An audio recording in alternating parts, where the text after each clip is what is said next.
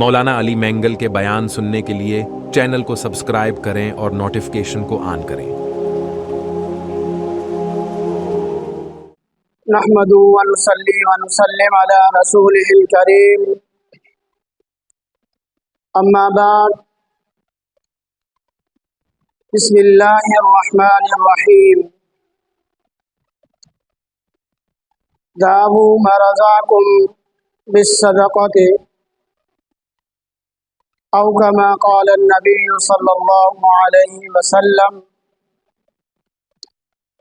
وقال قال النبی صلی اللہ علیہ وسلم، حافظوا اموالکم بالزکاة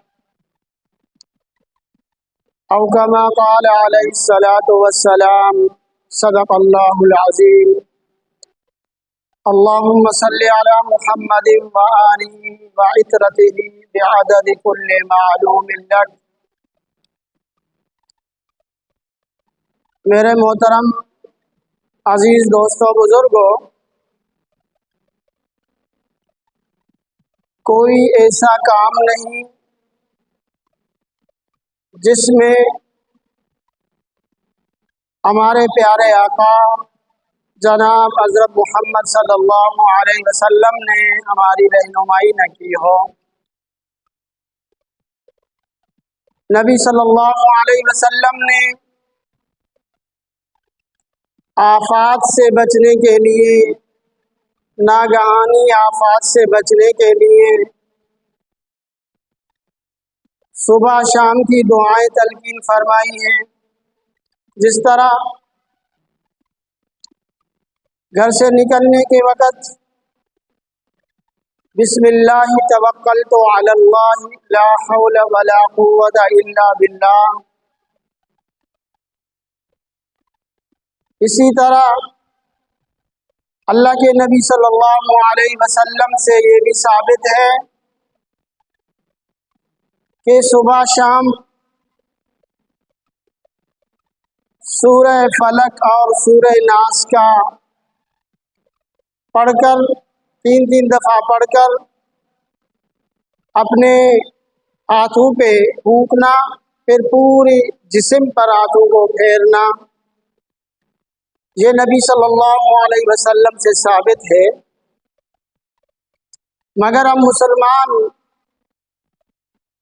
بہت غافل ہو گئے ہیں، نبی صلی اللہ علیہ وسلم کے بتائے ہوئے، فرمائے ہوئے طریقے کو چھوڑ چکے ہیں۔ حالانکہ جس طرح کے حالات چل رہے ہیں، جس طرح کی خرافات دنیا کے اندر چل رہے ہیں، ان حالات کو دیکھ کر ہمیں نبی صلی اللہ علیہ وسلم کے بتائے ہوئے فرمان پر، نبی صلی اللہ علیہ وسلم کے فرمائے ہوئے طریقوں پر عمل کرنا چاہیے، مگر ہم مسلمان پھر بھی عمل نہیں کرتے۔ اسی طرح ایک حدیث میں نے آپ کے سامنے پڑھی، اللہ کے نبی صلی اللہ علیہ وسلم نے فرمایا، دعوا ما رزقکم بالصدقۃ، اپنے مریضوں کا علاج کرو صدقے کے ذریعے۔ اب اندازہ کر لیں اللہ کے نبی صلی اللہ علیہ وسلم تلقین کیا فرما رہے ہیں۔ مگر ہم میں سے کتنے مسلمان ہیں جو صدقہ ادا کرتے ہیں؟ بعض روایت میں آتا ہے، بعض کتابوں میں آتا ہے، اپنی صبح کی ابتدا تم صدقے کے ذریعے کیا کرو۔ مگر کتنی پریشانیاں آتی ہیں ہمارے اوپر۔ ہم اللہ کی طرف متوجہ کب ہوتے ہیں؟ جب ڈاکٹر ہمیں لا علاج قرار دے چکے ہوتے ہیں، اب تم گھر میں رہو، تمہارا کوئی علاج نہیں ہے، پھر ہم اللہ کی طرف متوجہ ہوتے ہیں۔ تو میرے بھائیوں، ہر وقت بندہ اللہ تبارک و تعالیٰ کی مدد کو حاصل کرنے کی کوشش کرے۔ اللہ تبارک و تعالیٰ کی مدد کیا ہے؟ مثال کے طور پر کوئی پریشانی ہو گئی، ہم سب سے پہلے اللہ کے مخلوق کو بتانے سے پہلے، اپنی حاجت کو، اپنی پریشانی کو اللہ کی مخلوق کو بتانے سے پہلے ہم اللہ کی طرف متوجہ ہو جائیں۔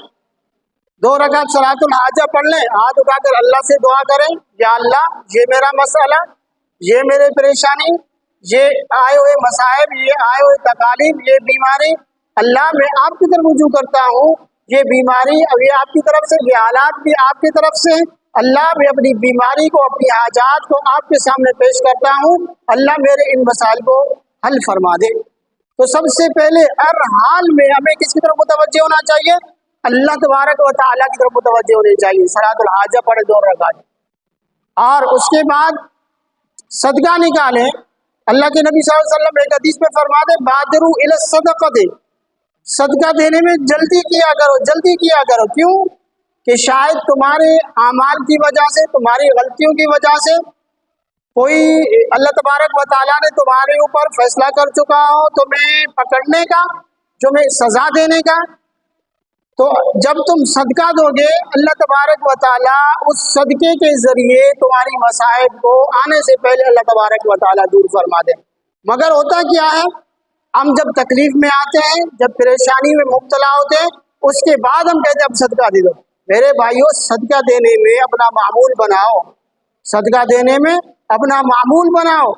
صدقہ ہر وقت بندہ دے دے، صبح ہوتے ہی بندہ، جس طرح کتابوں میں آتا ہے اپنی صبح کی ابتدا صدقے کے ذریعے کیا کرو، تو اسی طرح اللہ کے نبی نے فرمایا داؤ مرضاکم بالصدقہ، ہم میں سے کوئی مریض بن جائے، کسی کو بیماری لگ جائے، کوئی کسی بیماری میں مبتلا ہے، اس کو چاہیے سب سے پہلے 2 رکعت نفل صلاۃ الحاجہ پڑھے، اللہ کی طرف متوجہ ہو جائے، اپنی کمزوری کو، اپنی بیماری کو، اپنی حاجت کو کس کے سامنے پیش کرے؟ اللہ تبارک و تعالیٰ کے سامنے پیش کرے۔